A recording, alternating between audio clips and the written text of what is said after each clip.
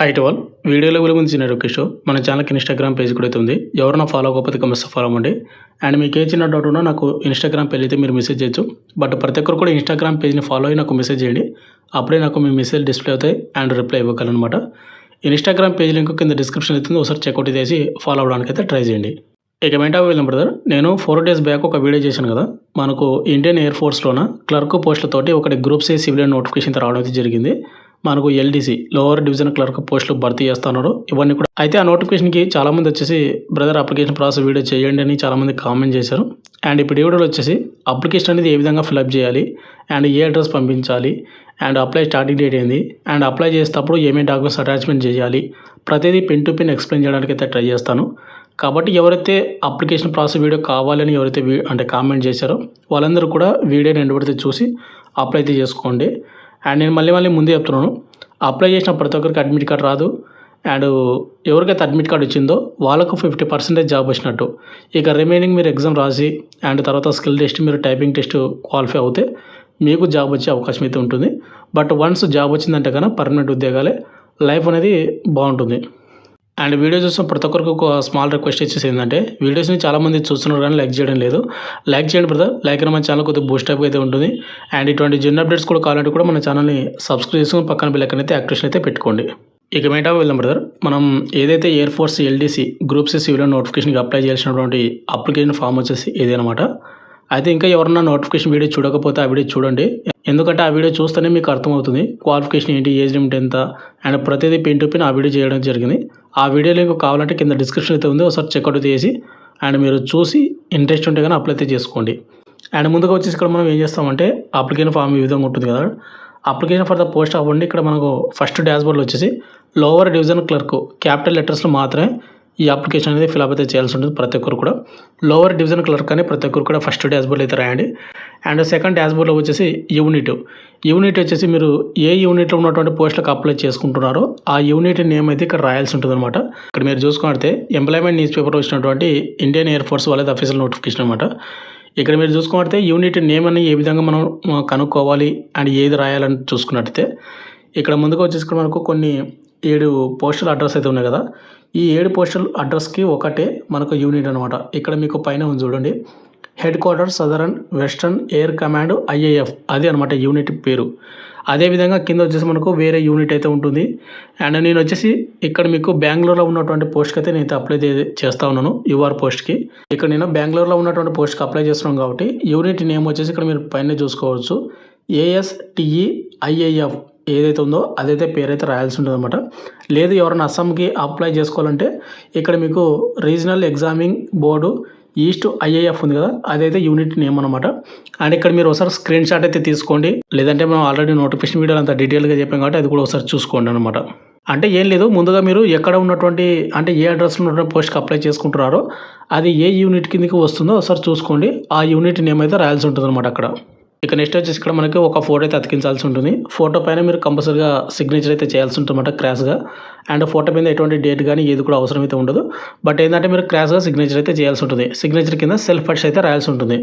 ఇక ఫస్ట్ డాష్బోర్డ్లో వచ్చేసి post applied. మళ్ళీ ఇక్కడ మీరు ఏం చేస్తారంటే లోవర్ డివిజన్ క్లర్క్ అయితే మీరు రాయండి. అది కూడా క్యాపిటల్ లెటర్స్ మాత్రమే ఫిల్అప్ అయితే చేయండి మొత్తం కూడా. అండ్ సెకండ్ వచ్చేసి నేమ్ ఆఫ్ ద క్యాండిడేట్, ఇక్కడ మీ పేరు అయితే రాయాల్సి ఉంటుంది అనమాట. మీ 10th క్లాస్ మార్క్స్ వల్ల మీ పేరు ఏ విధంగా ఉందో సేమ్ అదే విధంగా రాయండి. అండ్ థర్డ్ వచ్చేసి ఇక్కడ మనకు ఫాదర్ నేమ్, మీ 10th క్లాస్ మార్క్స్ వల్ల ఏ విధంగా ఉందో సేమ్ అదే విధంగా రాయాల్సి ఉంటుంది. అండ్ ఫోర్త్ వచ్చేసి డేట్ ఆఫ్ బర్త్, ఇది కూడా మీ 10th క్లాస్ మార్క్స్ వల్ల ఏ విధంగా ఉందో అదే విధంగా రాయాల్సి ఉంటుంది. అండ్ ఫిఫ్త్ వచ్చేసి మనకు అప్లై లాస్ట్ డేట్కి వచ్చేసి మనకు మీ ఏజ్ ఎంత ఉంది, మీ మంత్ అంటే మీకు ఎన్ని సంవత్సరాలు, ఎన్ని మంత్ అండ్ ఎన్ని డేస్ అనేది మీరు కౌంట్ అయితే చేసుకొని ఇక్కడ రాయాల్సి ఉంటుంది అనమాట. అయితే మనకు అప్లై లాస్ట్ డేటు సెప్టెంబర్ 29వ తేదీ కాబట్టి ఆ డేట్కి అయితే కౌంట్ అయితే చేసుకోండి. ఇక నెక్స్ట్ 6th పాయింట్ వచ్చేసి ఇక్కడ మనకు కరెస్పాండెంట్ అడ్రస్, ఇక్కడ మీ house number, post office, district, state, pin code మొత్తం కూడా రాయండి. అండ్ కింద 7th వచ్చేసి మనకు పర్మనెంట్ అడ్రస్లో వచ్చేసి మీ హౌస్ నెంబరు, మీ విలేజ్ రాయండి. Post office, district, pin code, state మొత్తం కూడా రాయాల్సి ఉంటుంది అనమాట. ఇక్కడ correspondent address and permanent address మీరు తప్పులు లేకుండా ఒకసారి చూసుకొని మీరైతే రాయండి, స్పెల్లింగ్ మిస్టేక్స్ లేకుండా. ఇక నెక్స్ట్ 8th పాయింట్ వచ్చేసి క్యాస్ట్, మీ క్యాస్ట్ అయితే రాయండి. ఇక్కడ జనరలా, ఓబీసీనా, ఎస్సీనా, ఎస్టీనా. ఒకవేళ ఇక్కడ మీరు జనరల్ కేటగిరీ పెడితే ఏం లేదు. ఎవరైతే ఎస్సీ వాళ్ళు కానీ, ఎస్టీ వాళ్ళు కానీ, ఓబీసీ వాళ్ళు కానీ ఇక్కడ ఆప్షన్ పెట్టారంటే ఎస్సీ, ఎస్టీ, ఓబీసీ వాళ్ళు మీ క్యాస్ట్ సర్టిఫికేట్ మీరు జిరాక్స్ అయితే అటాచ్మెంట్ చేసి పంపించాల్సి ఉంటుందన్నమాట. ఇక 9th పాయింట్ వచ్చేసి ఎడ్యుకేషన్ క్వాలిఫికేషన్.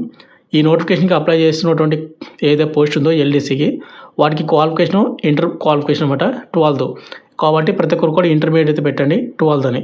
ఇక నెక్స్ట్ 10th పాయింట్ వచ్చేసి మీకు ఏమన్నా అడిషనల్గా ఏమన్నా అదర్ క్వాలిఫికేషన్ ఉంటే ఇక్కడ మీరు మెన్షన్ చేయొచ్చు. అండ్ ఎక్స్పీరియన్స్ ఉంటే కూడా మీకు పెట్టొచ్చు అనమాట. ఒకవేళ లేకపోతే ఏది కూడా లేకపోతే డాష్ బోర్డ్ అయితే వదిలేసేయండి. ఇక నెక్స్ట్ 11th పాయింట్ వచ్చేసి కేటగిరీ ఫర్ విచ్ అప్లైడ్. మీరు అప్లై చేసిన పోస్టు ఏ కేటగిరీ కింద మీరు అప్లై చేస్తూ ఉన్నారు అంటే మీరు అప్లై చేసిన పోస్టు అది యువర్ కేటగిరీలో ఉందా, లేకపోతే ఓబీసీ కేటగిరీలో ఉందా, లేకపోతే ఎస్సీనా, ఎస్టీనా అని ఇక్కడ మీరు మీ కేటగిరీ అయితే మెన్షన్ చేయాల్సి ఉంటుంది అనమాట. ఇక నెక్స్ట్ ఇక్కడ మనకు 12th పాయింట్ వచ్చేసి టెక్నికల్ ట్రైనింగ్ లేదంటే ఎక్స్పీరియన్స్ ఉంటే కానీ మీకు ఇక్కడ మేము మెన్షన్ చేయొచ్చు. అండ్ 13th వచ్చేసి డొమిసిల్ వచ్చేసి ఏం లేదు బ్రదర్, మీ స్టేట్ నేమ్ అయితే రాయాల్సి ఉంటుంది అనమాట. ఆంధ్రప్రదేశ్ వాళ్ళైతే ఆంధ్రప్రదేశ్ అని రాయండి, తెలంగాణ వాళ్ళైతే తెలంగాణ అయితే రాయాల్సి ఉంటుంది. అండ్ వాటితో పాటు ఇక్కడ మీకు డొమిసిల్ సర్టిఫికేట్ కూడా మనం జిరాక్స్ అయితే పెట్టాల్సి ఉంటుంది అనమాట. అయితే ఆంధ్ర వాళ్ళైతే మీ క్యాస్ట్ సర్టిఫికేట్ పెడితే సరిపోతుంది, తెలంగాణ వాళ్ళైతే డొమిసిల్ సర్టిఫికేట్ కంపల్సరీ అయితే పెట్టాల్సి ఉంటుంది అనమాట. అండ్ 14th పాయింట్ వచ్చేసి ఎవరు కార్డు అన్నా కానీ ఎంప్లాయ్మెంట్ ఎక్స్చేంజ్ కార్డు నెంబర్ ఉంటే కనుక వాటి రిసైడ్ నెంబరు వాటి డీటెయిల్స్ అయితే ఇవ్వాలి ఎస్ అని పెట్టి. ఒకవేళ మీ ఇక్కడ ఎక్స్చేంజ్ నెంబర్ లేకపోతే నోన్ పెట్టేయండి ప్రతి ఒక్కరు కూడా. ఇక నెక్స్ట్ కింద వచ్చేసి ఇక్కడ మనకు సిగ్నేచర్ ఆఫ్ ద క్యాండిడేట్ కూడా మీరు కంపల్సరీగా సిగ్నేచర్ అయితే చేయాల్సి ఉంటుంది. అండ్ పక్కన వచ్చేసి డేట్ వచ్చేసి మీరు ఏ రోజునైతే అప్లై చేస్తున్నారో ఆ డేట్ అయితే వేయాల్సి ఉంటుంది. ఎగ్జాంపుల్గా ఈరోజు అప్లై చేస్తూ ఉంటే ఈరోజు డేట్ అయితే వేయాల్సి ఉంటుంది అనమాట. ఇక నెక్స్ట్ కింద ఫర్ అఫీషియల్ రికార్డ్స్ ఓన్లీ అయితే ఉంది కదా, ఇక్కడ మీరైతే అంటే ఇక్కడ కన్సర్న్ బాక్స్లో మీరైతే ఫిలప్ అయితే చేయొద్దండి, టచ్ చేయొద్దండి. ఇక నెక్స్ట్ పేజ్లో వచ్చేసి మనకు అక్నాలజ్మెంట్ కార్డు అంటే ఇది మనకు అడ్మిట్ కార్డు అనమాట. ముందుగా వచ్చేసి ఇక్కడ మీరు ఒక ఫోటో అయితే అతికించండి. ఫోటో పైన క్రాస్గా మీరు సిగ్నేచర్ అయితే చేయాల్సి ఉంటుంది. సిగ్నేచర్ కింద సెల్ఫ్ అటెస్ట్ అయితే రాయండి. ఇక్కడ ఫస్ట్ డాష్ బోర్డ్ వచ్చేసి పోస్ట్ అప్లైడ్ ఉంది కదా, ఈ డాష్ బోర్డ్లో వచ్చేసి ప్రతి ఒక్కరు కూడా లోవర్ డివిజన్ క్లర్క్ అని రాయండి. ఇక నెక్స్ట్ వచ్చేసి ఫస్ట్ పాయింట్ వచ్చేసి నేమ్ వచ్చేసి మీ 10th క్లాస్ మార్క్స్ వల్ల ఏ విధంగా అయితే ఉందో మీ పేరు అయితే రాయండి, అది కూడా క్యాపిటల్ లెటర్స్ మాత్రమే. సెకండ్ మీ ఫాదర్ నేమ్ రాయండి.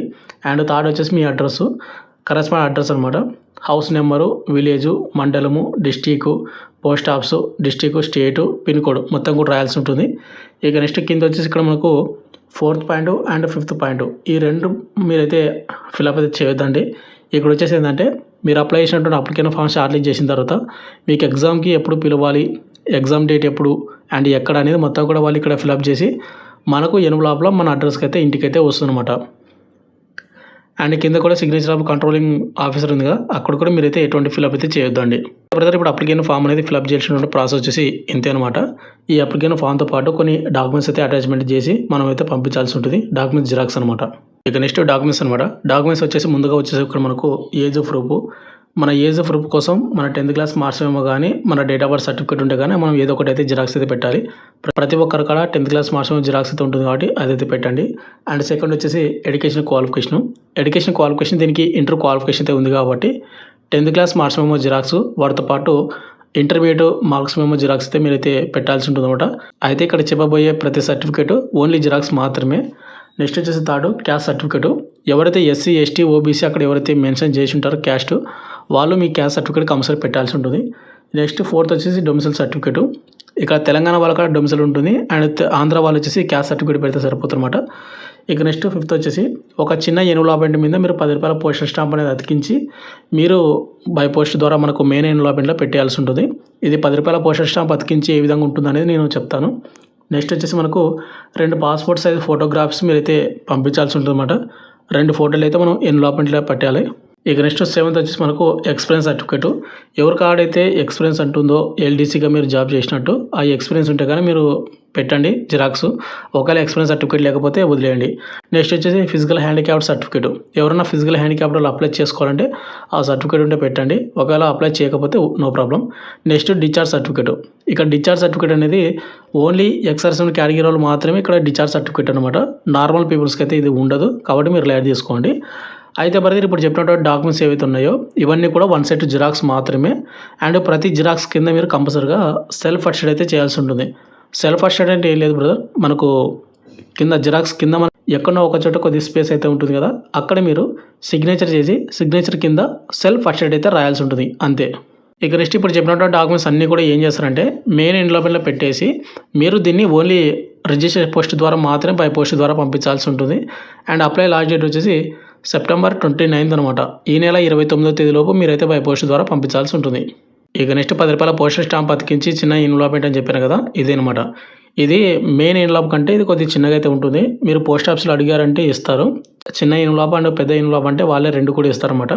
దీని మీద ఏం చేస్తారంటే ముందుగా 2 అని పెట్టి మీ పేరు, మీ father name, house number, village, post office, మండలం, district, state, pin code, mobile number మొత్తం కూడా రాయండి.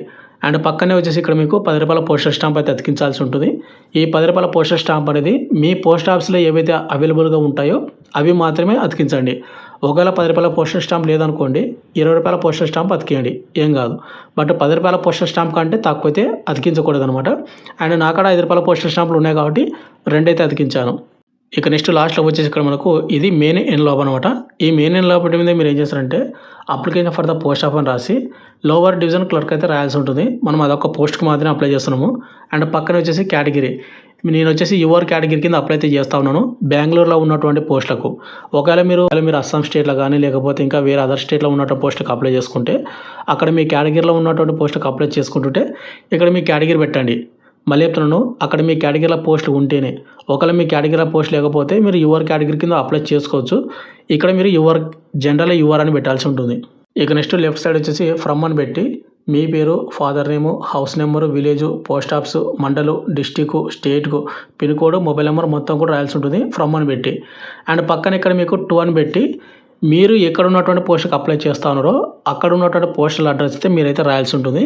ఇక్కడ ఎగ్జాంపుల్గా చూసుకుంటే ఇది నోటిఫికేషన్ కదా, నోటిఫికేషన్లో ఇక్కడ నేను బెంగళూరులో ఉన్నటువంటి పోస్టులకు ఎల్డీసీ పోస్ట్ ఒక్క పోస్ట్ అయితే ఉంది, దీనికి మాత్రం అప్లై అయితే చేస్తా ఉన్నాను. ఇక్కడ నేను పోస్టల్ అడ్రస్ అనేది ఇదైతే రాయాల్సి ఉంటుంది. ఒకవేళ మీరు ఇక్కడ ఉన్నటువంటి ఇది అస్సాం స్టేట్ కదా, అస్సాం స్టేట్లో ఉన్నటువంటి ఎల్డీసీ పోస్టులకు అప్లై చేసుకుంటే మీరు ఈ పోస్టల్ అడ్రస్ అయితే రాయాల్సి ఉంటుంది. ఈ విధంగా అనమాట. కాబట్టి కొద్దిగా చూసుకోండి, మిస్టేక్ అయితే చేసుకోవద్దండి. అండ్ ఒకసారి మీరు మిస్టేక్ చేశారంటే మీ అప్లికేషన్ అనేది రిజెక్ట్ అయితే అవుతుంది. ఒకవేళ ఇక్కడ ఉన్నటువంటి పోస్టులకు అప్లై చేసుకుంటే మీరు ఏ యూనిట్లో ఉన్నటువంటి పోస్టులకు అప్లై చేస్తున్నారో ఏ పోస్టల్ అడ్రస్ రాయాలి అనేది మీరు ఒకసారి చూసుకోండి. పంపిస్తున్నాం కాబట్టి బెంగళూరు అడ్రస్ అయితే రావడం జరిగింది. కమాండెంట్ ASTE ఎయిర్ ఫోర్స్ ఎమ్మూర్ పోస్టు బెంగళూరు 560037 ఈ అడ్రస్ అనమాట. కాబట్టి ఈ విధంగా మీరు 2 అని పెట్టి మీరు ఎక్కడికైతే పంపిస్తున్నారో ఎక్కడ ఉన్నటువంటి పోస్ట్కి అప్లై చేస్తున్నారో ఆ పోస్టల్ అడ్రస్ అయితే రాయండి. ఇక ఫైనల్గా వచ్చేసి మీరు ఏం చేస్తారంటే మీరు అప్లికేషన్ ఫిలప్ చేసినటువంటి ఫాము అండ్ మీరు పంపిస్తున్న డాక్యుమెంట్ జిరాక్స్ అండ్ 2 ఫోటోలు వాటితో పాటు చిన్న ఎన్వలప్ అన్నీ కూడా ఈ మెయిన్ ఎన్వలప్లో పెట్టేసి ఫోల్డ్ చేసి పిన్ కొట్టేయండి. తర్వాత పోస్ట్ మ్యాన్కి చెప్పండి ఇది ఓన్లీ రిజిస్టర్ పోస్ట్ ద్వారా మాత్రమే పంపించాల్సి ఉంటుందని. And apply last date September 29, 2024. ఈ నెల 29 తేదీలోపు మీరు పంపిస్తున్నటువంటి ఏదైతే అడ్రస్ ఉందో 29 లోపు రీచ్ అవుతుంది అనుకుంటేనే అప్లై చేసుకోండి. ఒకవేళ రీచ్ కాదు అనుకుంటే కనుక అప్లై అయితే చేయొద్దండి. అక్కడ మీరు పోస్ట్ మ్యాన్ అయితే అడగండి. మనం పంపిస్తున్నది రిజిస్టర్ పోస్ట్ ద్వారా కాబట్టి సెప్టెంబర్ 29 కల్లా రీచ్ అవుతుందా లేదా అని పోస్ట్ మ్యాన్ అడిగితే అతనే చెప్తాడు అనమాట. కొంతమంది ఏంటంటే లాస్ట్ డేట్ అప్పుడు కూడా అప్లై చేసుకుంటారు, అటువంటి వాళ్ళైతే అప్లై అయితే చేయొద్దండి. ఇంతే ప్రతి వీడియో అండ్ అప్లికేషన్ ఫామ్ మొత్తం కూడా నేను టెలిగ్రామ్ గ్రూప్లో అయితే పోస్ట్ అయితే చేశాను.